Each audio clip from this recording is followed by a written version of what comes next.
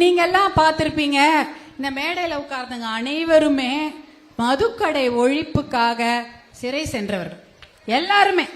மதுக்கடை இவங்க இந்த அம்மா வந்து சத்தியமா இருக்காங்க, அவங்க எல்லாம் எம்எல்ஏங்க. இவங்க 2 பேரும் முன்னாள் சட்டமன்ற உறுப்பினர்கள். அவங்க எல்லாம் பெரிய அவங்களுடைய இவங்க வந்து அரசு ஆசிரியை, அவங்க கணவரும் அரசு ஆசிரியை. ஆனா எதுக்காக அந்த வேலையெல்லாம் ராஜினாமா பண்ணிட்டு வந்திருக்காங்க? நம்மை போன்ற மகளிர் நீங்கெல்லாம் அந்த மதுக்கடை இருக்கக்கூடாது இந்த நாட்டில் அப்படின்ற ஒரே விஷயத்துக்காக தான் இன்னைக்கு போராட்டம் பண்ணிட்டு வேலையை உதறி தள்ளிவிட்டு இன்னைக்கு வந்து மகளிருக்காக போராட்டம் பண்ணியிருக்காங்க. அவங்க திலகபாமா அவங்க வந்து ஒரு பெரிய கவிஞர், அவங்க வீட்டுக்காரர் ஒரு பெரிய டாக்டர். அவங்கெல்லாம் தெருவுக்கு வந்து போராடணும்னு அவசியமே கிடையாது. மதுக்கடையை அடிச்சு உடைச்சிட்டு 20 நாள் ஜெயிலில் இருந்தாங்க. அதை பத்தி அவங்க புத்தகம் போட்டாங்க. எல்லாருமே மேடையில் இருக்கவங்க அத்தனையும் உங்களுக்கு ஒரு பிரச்சனைனா இவங்க தான் கொடி தூக்கிட்டு நிற்பாங்க.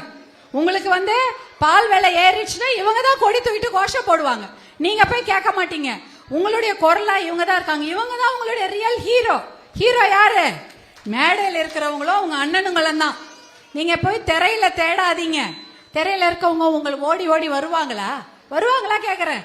உங்களுக்கு கரண்ட் பில் கட்டணும், கரண்ட் பில் அதிகமாயிடுச்சு, இல்ல உங்களுக்கு மருத்துவ பிரச்சனை வந்துருச்சு, போலீஸ் ஸ்டேஷன்ல பிரச்சனை, இதுக்கெல்லாம் யார் வருவா? உங்க லோக்கல்ல இருக்கக்கூடிய மேடையில இருக்கக்கூடிய இத்தனை நிர்வாகிங்க தான் வருவாங்க. இவங்க தான் உங்களுடைய கதாநாயகர்கள். இந்த ஹீரோக்களை தான் நீங்க தூக்கி பிடிக்கணும். அதுதான் நீங்க செய்ய வேண்டிய ஒரு விஷயம்.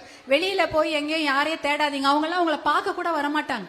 இவங்க தான் நீங்க கூப்பிட்டா ஓடோடி வந்து உங்களுக்கு வேலை செய்யக்கூடியவங்க தான். மேடையில் இருக்கவங்களும் அங்க ஓரமா நின்று இருக்காங்க பாருங்க, நம்மளுடைய அண்ணன்களும் தம்பிங்களும் அவங்க தான் வருவாங்க உங்களுக்கு.